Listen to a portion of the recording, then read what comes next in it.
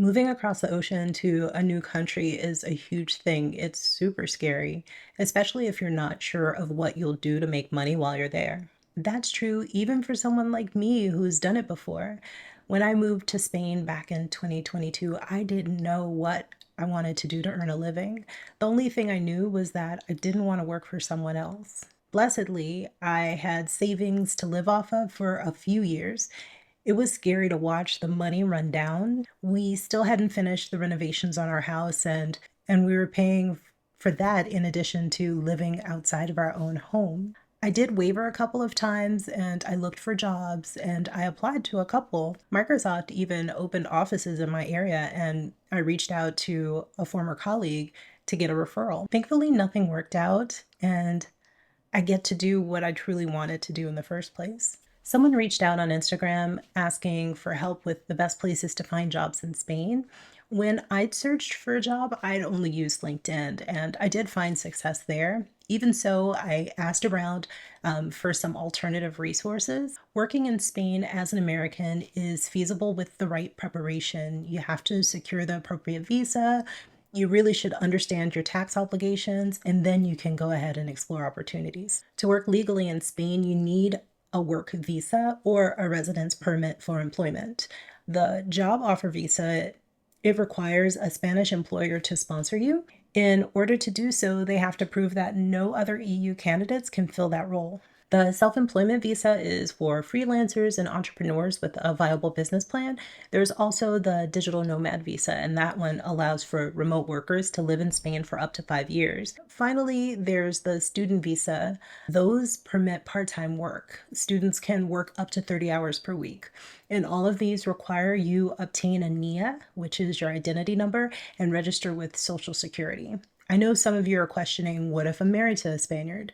Well, for one, it won't grant you immediate work rights. Family reunification visas make it easier, but you still need to apply for residency, and approval may take months of waiting, and you can't work before the permit is issued.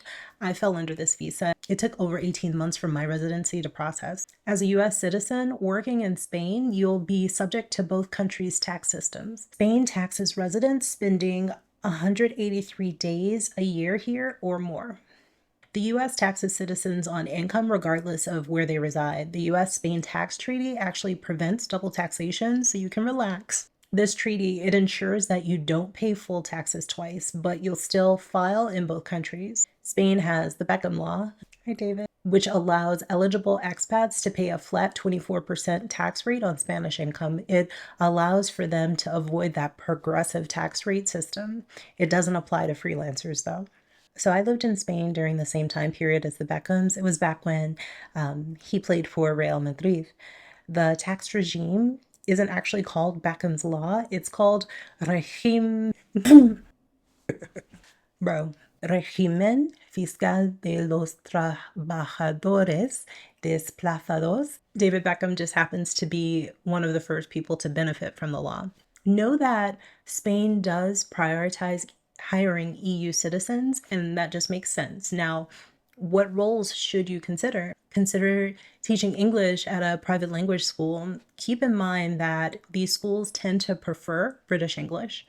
Also, consider teaching business English. That pays better than regular English. Madrid and Barcelona are tech startup hubs, and if you're a software developer or a UX or a UI designer or even a project manager, you could probably target your search in those areas. Again, employers must prove no qualified EU candidates are available, except for freelancing. So figure out if you have a niche skill that you can freelance to supplement your income. You can't easily work in hospitality or retail without speaking Spanish. Seasonal tourism jobs sometimes hire English speakers, but most require basic Spanish and a valid work visa. Employers rarely sponsor visas for these low-skilled jobs due to the EU hiring priority. Foreigners can get visas as athletes or coaches without EU competition checks. Spain's leagues actively recruit foreign talent. The clubs often handle the visa sponsorship.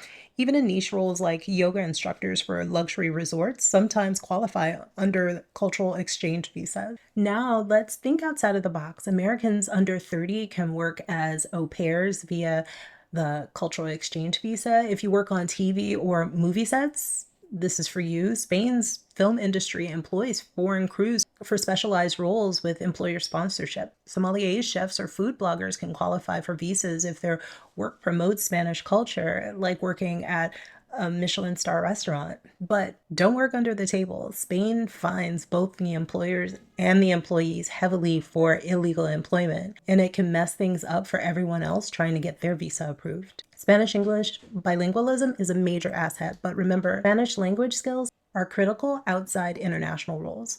Spain's unemployment rate is high at 12%. Even so, tech, renewable energy, tourism, and English teaching actively recruit foreigners. All in all, keep in mind to measure your expectations when it comes to pay. It takes less to afford living here in Spain, and salaries do reflect that difference. A comfortable lifestyle costs 1,500 to 2,500 euros a month. Rent can run from 600 to 1,200 outside city centers, and groceries are between 200 and 400 a month. And you'll need healthcare too, and that's about 50 to 150 a month for private insurance. Also, visas like non-lucrative visas require $28,000 a year in savings. So for residency renewals, consistent income could be critical for you.